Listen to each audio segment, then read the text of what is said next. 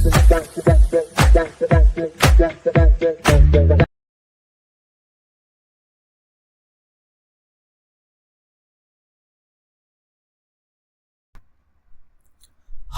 Hello నమస్తే నేమి సింగార్ welcome back to my YouTube channel. So మనం ఈరోజు ఈ వీడియోలో ఏం చూడబోతున్నామంటే రీసెంట్గా అమెజాన్ ప్రైమ్ వీడియోలో రిలీజ్ అయిన సూపర్ స్టార్ రజనీకాంత్ యొక్క కూలీ తెలుగు మూవీ ఎలా ఉందని ఇప్పుడు మనం చూద్దాం.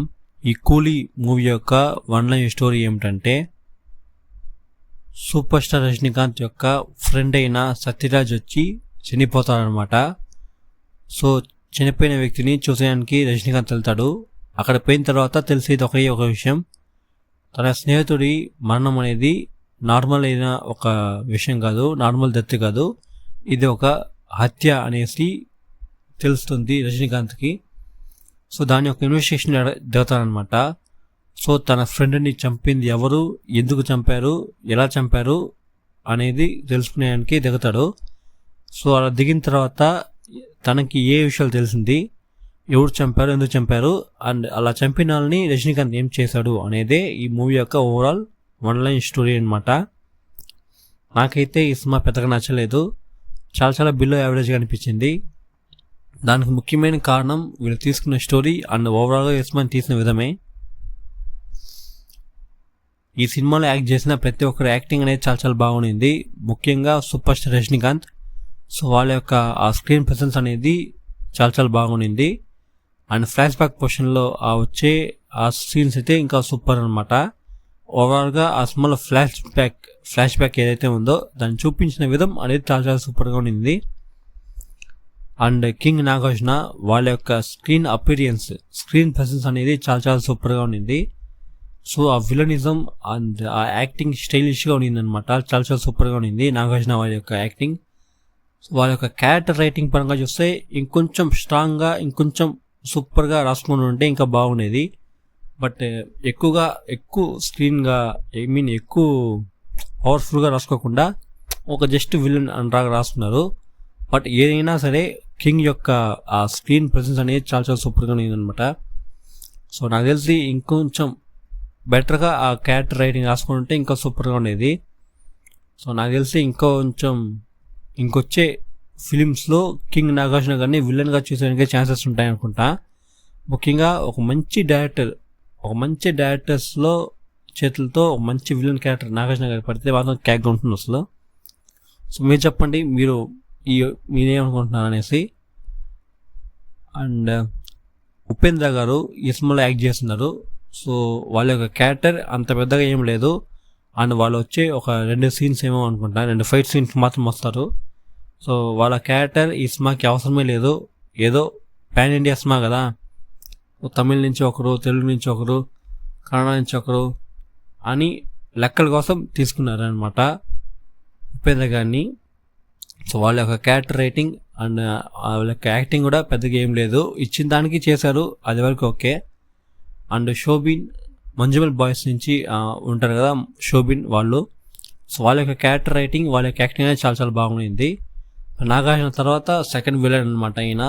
సో వీళ్ళ యొక్క క్యారెక్టర్ రైటింగ్, వీళ్ళ యొక్క యాక్టింగ్ అనేది చాలా సూపర్గా ఉంది. అందులాగా లాస్ట్లో వచ్చి అమీర్ ఖాన్. సో అమీర్ ఖాన్ ఎంత పెద్ద ఒక గొప్ప యాక్టర్ అనేది మనకు చాలా తెలుసు. సో అలాంటి ఒక గొప్ప యాక్టర్ని ఈ సినిమాలో తీసుకొచ్చి వేస్ట్ చేసి అని చెప్పచ్చు. ముందు చెప్పినట్టే లెక్కల కోసం, సో తమిళ నుంచి ఒకరు, తెలుగు నుంచి ఒకరు, హిందీ నుంచి ఒకరు, అట్లా హిందీ నుంచి తీసుకొని రావాలి కదా అనేసి అమీర్ ఖాన్ తీసుకొచ్చారు. కానీ ఏం ప్రయోజనం లేదు. ఎందుకంటే ముఖ్యంగా ఒక క్యారెక్టర్ వస్తానంటే ఆ క్యారెక్టర్కి ఒక వాల్యూ ఉండాలి, క్యారెక్టర్ రైటింగ్ ఉండాలి. సో ఏదన్నా ఉంటేనే ఆ క్యారెక్టర్ ఓకే, ఈ క్యారెక్టర్ ఇందుకోసం వచ్చింది కదా అనేది ఉంటుంది. బట్ ఏమీ లేకుండా ఏదో వచ్చామే చేసామే అనేటట్టు ఉంటుంది అనమాట. అసలు అవసరమే లేని క్యారెక్టర్ అమీర్ ఖాన్ గారిది. సో ఎందుకో లెక్కల కోసమే ఈ క్యారెక్టర్ అనమాట, Upendra character and Aamir Khan character, ఈ రెండు కూడా లెక్కల కోసం.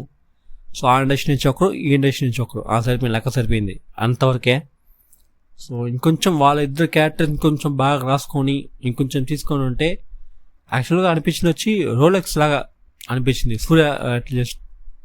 సో లాస్ట్లో వచ్చే 10 నిమిషాలే కానీ ఆ 10 నిమిషాలు ఎంత పవర్ఫుల్గా ఉన్నిందో మనం అందరూ విట్నెస్ చేసాం అనమాట థియేటర్లో.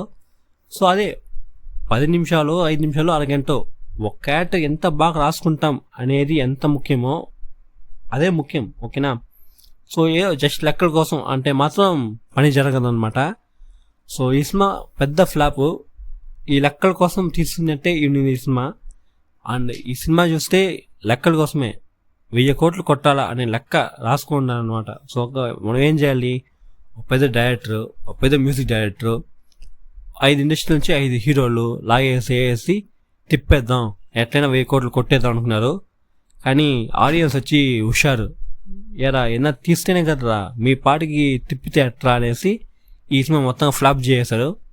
అని చాలామంది అనుకోవచ్చు, ఏం బ్రో కూలీ బాగా కలెక్షన్ చేసింది అనేసి. కూలీ అంతగా ఏం కలెక్షన్ చేయలేదు, నాకు తెలిసి ఈ సినిమా అరౌండ్ 400 crores అనుకుంటున్నాను. సో అంతే, ఈ సినిమా మొత్తంగా ఎత్తేసింది. సో లెక్కలతో సినిమా తీస్తే ఇట్లా ఉంటుంది. సినిమా తీసే లెక్కలు ఉండొచ్చు, కానీ లెక్కలతో సినిమాలు తీయొద్దు నా వరకు అంతే. అండ్ శృతి హాసన్ వాళ్ళ యొక్క క్యారెక్టర్ వాళ్ళు కరెక్ట్గా చేశారు, సూపర్గా చేశారు అనమాట. యాక్టింగ్ పరంగా బాగానే చేశారు. అండ్ రచితారామ్ అనే ఒక హీరోయిన్ కన్నడలో, సో వాళ్ళు ఈ సినిమాలో క్యారెక్టర్ చేస్తుంటారు. వాళ్ళ యొక్క క్యారెక్టర్ రైటింగ్ అండ్ వాళ్ళ యొక్క యాక్టింగ్ అనేది చాలా చాలా బాగుండింది అనమాట. సో అది కొంచెం బాగుండింది ఈ సినిమాలో. ఒక నేను ఎక్స్పెక్ట్ చేయింది ఆ క్యారెక్టర్ రచితారామ్ వాళ్ళ యొక్క క్యారెక్టర్. సో ఒక విలనిజంతో కూడిన ఒక క్యారెక్టర్ ఉంటుందని ఎక్స్పెక్ట్ చేయలే ఇంతకుముందు, బట్ ఈ సినిమాలు చేసి చాలా బాగుండింది అనమాట. అనిరుద్ధ్ యొక్క సాంగ్స్ అండ్ బ్యాక్గ్రౌండ్ మ్యూజిక్ మామూలుగానే బాగుండింది అనమాట, ఎప్పటిలాగే బాగుండింది, సూపర్ చేశారు. ఈ సినిమాలో ఓవరాల్గా చెప్పడానికి ఎంత బాగుంది అని చెప్తే ఆ ఫ్లాష్ బ్యాక్ పోర్షన్ ఏదైతే ఈ సినిమాలో చూసినా అది చూపించిన విధం చాలా చాలా బాగుండింది. దాన్ని తప్పితే అన్ని సాంగ్స్ అండ్ బ్యాక్గ్రౌండ్ మ్యూజిక్ బాగుండింది. దాని తప్పితే ఇంకేం పెద్దగా ఏం లేదు. సో ఫైట్ సీక్వెన్స్ కూడా జస్ట్ ఏదో చేసుకుంటూ పోయినారు అంతవరకే అని, కానీ పెద్దగా ఏం లేదనమాట. సో మీరు చెప్పండి, వీళ్ళ యొక్క ఓవరాల్ మోటివ్ అనేది ఉండొచ్చు, ఓకే 1000 కోట్లు కొట్టాలా అనేది ఉండొచ్చు, అది తప్పు కాదు. బట్ అది మాత్రమే ఉండమే ఇక్కడ మ్యాటర్ ఫెయిల్ అయిపోయింది.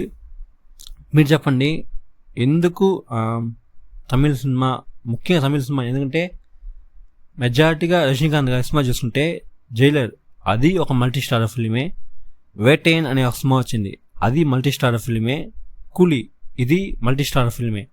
So back to back multi starrer films వస్తున్నాయి.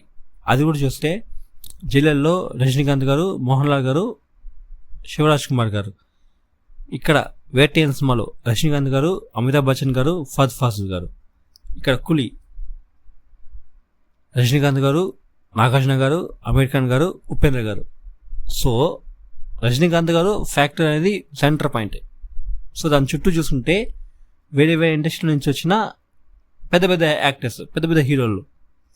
సో వీళ్ళు అనుకునేది ఏమంటే వేరే యాక్టర్లు, వేరే ఇండస్ట్రీ నుంచి యాక్టర్లు తీసుకొచ్చి ఈ సినిమాలు మనం సినిమాలు వేసుకుంటే బిజినెస్ పెరుగుతుంది, అదేలాగా బాక్స్ ఆఫీస్ కలెక్షన్ వస్తుంది, 1000 కోట్లు కొట్టేద్దాం అనే ఒకే ఒక ఆలోచన మాత్రమే. కానీ ఓ విక్రమ్ లాగా, ఒక లియో లాగా, లేకపోతే ఇంకా ఓ రోబో, శివాజీ అలాంటి మంచి మంచి సినిమాలు ఇచ్చి బాక్స్ ఆఫీస్ కొడదామే అనే ఒక ఇది మాత్రం లేదనమాట వీళ్ళకి. సో అందువల్లే ఈ సినిమాలన్నీ ఫ్లాప్ అవుతున్నాయి.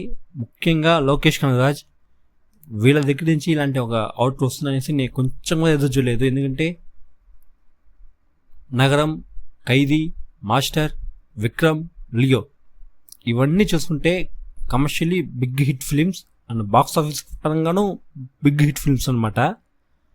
సో ఆ ఫ్యాక్టర్ అనేది ఈ కూలీ సినిమాలో మిక్స్ అయింది. సో ఆ సినిమాలో ఉండే ఫ్యాక్టర్స్ ఈ సినిమాలో మిస్ అయింది కాబట్టి ఈ సినిమా పెద్ద flop. And Lokesh Kanagaraj back to back hit ఇచ్చిన ఒక డైరెక్టర్, వాళ్ళ ఫిల్మోగ్రఫీలో కూలీ అనేది ఒక మొట్టమొదట పెద్ద ఫ్లాప్ అనమాట. సో హోప్ నెక్స్ట్ రాబోయే ఫిల్మ్ అయినా మంచిగా తీస్తానని ఒక ఆశతో ఈ వీడియో అయితే మనం ఇప్పుడు ఎండ్ చేసుకుందాం. అండ్ ఎంతమంది ఈ సినిమాని, కూలీ సినిమాని థియేటర్స్లో చూసారని చెప్పండి. అండ్ చూస్తుంటే మీకు ఎలా అనిపించింది అని చెప్పండి. అండ్ అదేలాగా ఈ సినిమాని చూడని వాళ్ళు, ఇప్పుడు ఈ సినిమా అయితే తెలుగులో అమెజాన్ ప్రైమ్ వీడియోలో స్ట్రీమ్ అవుతుంది, చూడాలనుకుంటే చూడండి. సో అంతే ఈరోజు ఈ వీడియో. మీకు నచ్చినట్లయితే లైక్ చేసుకోండి. అదేలాగా నా ఛానల్ని సబ్స్క్రైబ్ చేసుకొని మర్చిపోకుండా నా బెల్ ఐకాన్ క్లిక్ చేసుకోండి. అదేలాగా ఛానల్ సబ్స్క్రైబ్ చేసుకున్న తర్వాత ప్లేలిస్ట్ నా ఆప్షన్ ఉంటుంది, దాన్ని క్లిక్ చేస్తే మీకు చాలా సెగ్మెంట్స్ చాలా వీడియోస్ వస్తాయి. వాటన్నిటిని చూసి ఎంజాయ్ చేయండి. ఇంకొక వీడియోతో నేను మీ ముందు, అంతవరకు నేను మీ సింగర్. Thank you, bye.